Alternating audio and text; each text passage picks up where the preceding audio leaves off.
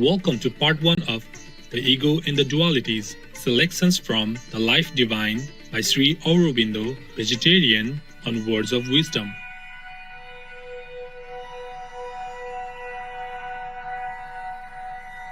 India is the home of many great spiritual masters who have brought wisdom and truth to earth. Their lives and compassionate teachings inspire us to seek a higher purpose in life, thus uplifting humanity to a more divine state of being.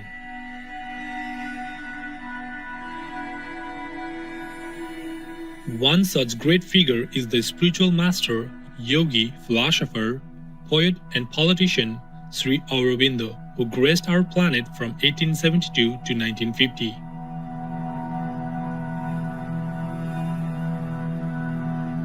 Sri Aurobindo's time as a politician was dedicated to achieving India's independence. However, after inner reflection, Sri Aurobindo retired from politics and service to his country. His aspirations turned instead toward the liberation of all humanity. Sri Aurobindo traveled to Pondicherry on the southeastern coast of India, where he retreated into the practice of silent yoga. Based on the inner knowledge revealed to him during his spiritual practice, Sri Aurobindo began publishing writings full of wisdom.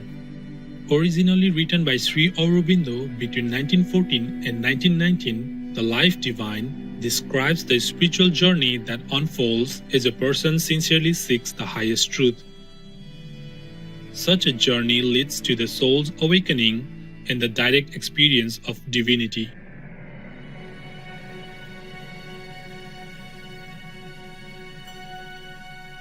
Today we present to you excerpts from Chapter 7, The Ego in the Dualities, from the book The Life Divine. Chapter 7, The Ego in the Dualities. The soul seated on the same tree of nature is absorbed and deluded and has sorrow because it is not the Lord. But when it sees and is in union with that other self and greatness of it which is the Lord, then sorrow passes away from it. Sweta Satara Upanishad.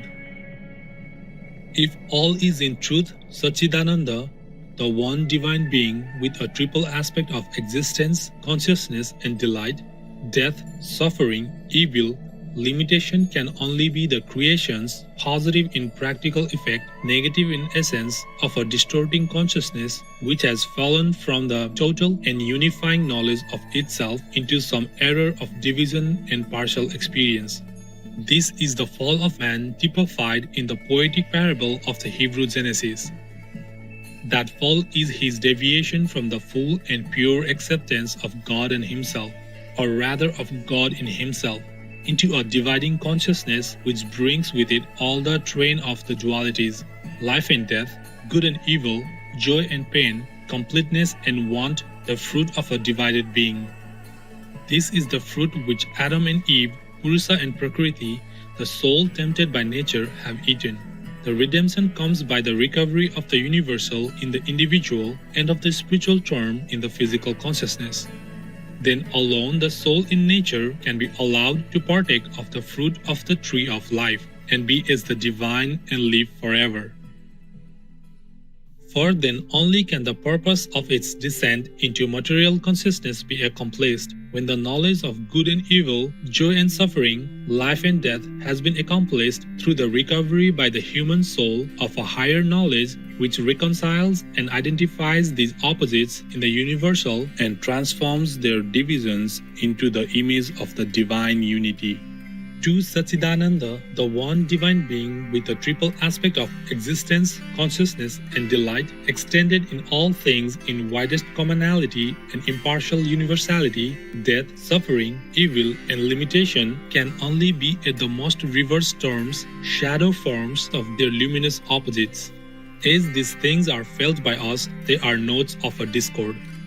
They formulate separation where there should be a unity, miscomprehension where there should be an understanding, an attempt to arrive at independent harmonies where there should be a self-adaptation to the orchestral whole.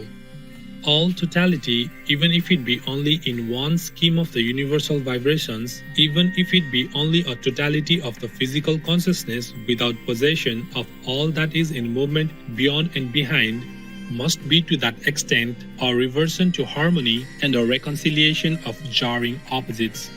On the other hand, to Satchidananda, transcendent of the forms of the universe, the dual terms themselves, even so understood, can no longer be justly applicable.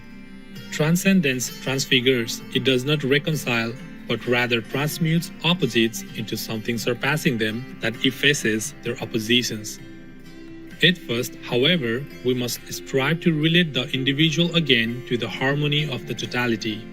There it is necessary for us, otherwise there is no issue from the problem, to realize that the terms in which our present consciousness renders the values of the universe, though practically justified for the purposes of human experience and progress, are not the sole terms in which it is possible to render them, and may not be the complete, the right, the ultimate formulas. Just as there may be sense organs or formations of sense capacity which see the physical world differently, and it may well be better because more completely than our sense organs and sense capacity, so there may be other mental and supramental envisagings of the universe which surpass our own. States of consciousness there are, in which death is only a change in immortal life, pain a violent backwash of the waters of universal delight, limitation a turning of the infinite upon itself, evil a circling of the good around its own perfection, and this not in abstract conception only, but in actual vision and in constant and substantial experience.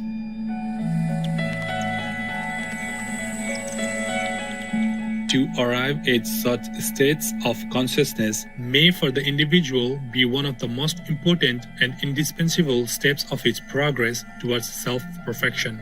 Certainly, the practical values given us by our senses and by the dualistic sense mind must hold good in their field and be accepted as the standard for ordinary life experience until a larger harmony is ready, into which they can enter and transform themselves without losing hold of the realities which they represent.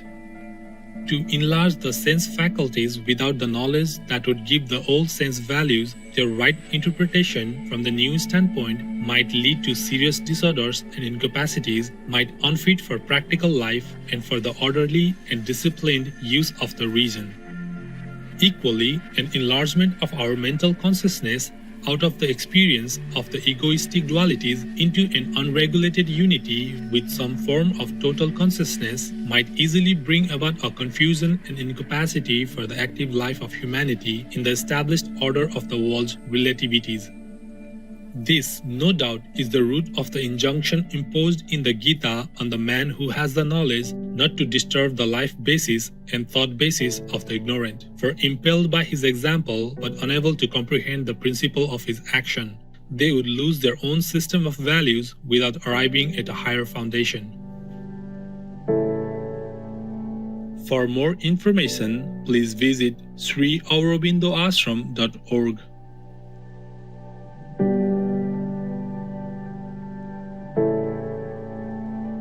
We believe in justice for animals, the environment, and people. That's why we support the plant-based treaty and urge individuals and governments to sign it. Sir Paul, Mary and Stella McCartney, vegetarians. Wondrous viewers, thank you for joining us today for Words of Wisdom.